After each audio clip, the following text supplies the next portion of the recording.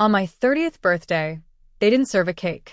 They served me an eviction notice from my own life. My entire extended family was my audience, a jury in their own living room, as my uncle, the man who raised me, presented a spreadsheet. It was an itemized invoice for my existence, $247,000. That's when I knew the performance was over. My name is Clara. I was the quiet daughter, the practical one in a family that valued spectacle.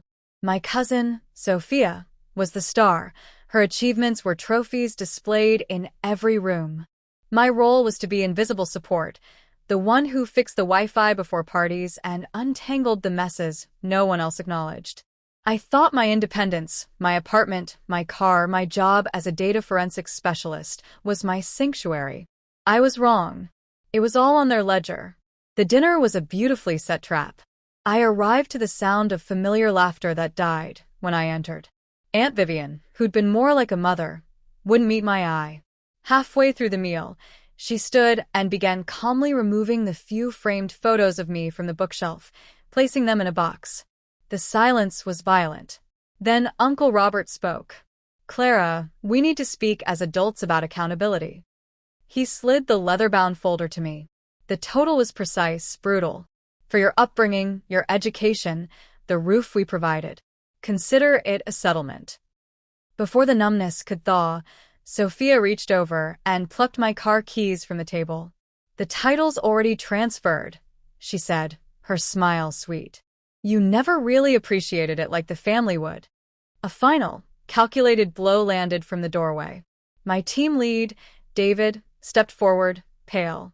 "Given the personal financial discrepancies brought to our attention, Clara, we're terminating your position. Effective immediately." My family had not just cut me off, they had engineered my ruin in one night. They expected a scene. Tears, pleas, a dramatic collapse. I gave them nothing. I stood, placed the invoice in my bag, and walked out into the cool night. The silence within me wasn't shock. It was a deep, glacial focus. I walked for miles until I reached my empty apartment. I didn't cry. I opened my laptop. My family had forgotten what I did for a living. I find truths buried in systems. I didn't hack.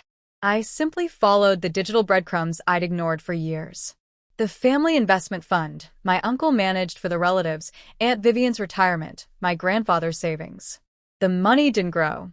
It flowed in monthly, then spiraled out to cover luxury rentals, boutique purchases, and five-star travel.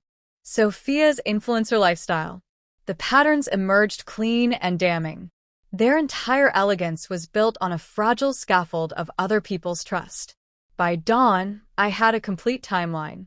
I compiled it, not as an accusation, but as a simple, factual report. Then, I sent one email to the senior vice president at my company, explaining my termination was based on a fraudulent, personal claim. My access was restored within the hour. David was placed on leave. The fallout was swift and quiet. My first call was from a shaken Aunt Vivian. "The transfers," Robert said, "it was for growth." Then my grandfather. "You showed us the rot, child." When Uncle Robert pounded on my door, the patriarch was gone, replaced by a desperate man. "You'll destroy us all," he shouted. "You used their money to fund a lie," I said, my voice flat. "You tried to make me the scapegoat for it." "I'm just correcting the data." He crumpled. "Please, we can fix this." "You can," I said. "Start by telling them the truth." I closed the door. The consequences were not loud, but absolute. The financial web unraveled. Sophia's sponsors vanished. The curated life evaporated.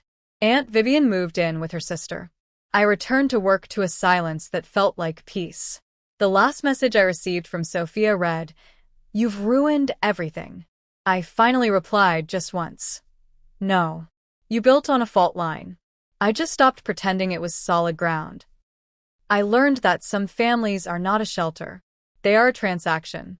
And the most powerful thing you can do is decline to pay. The silence after you walk away isn't empty. It's yours, finally and completely, to fill with a life that belongs only to you.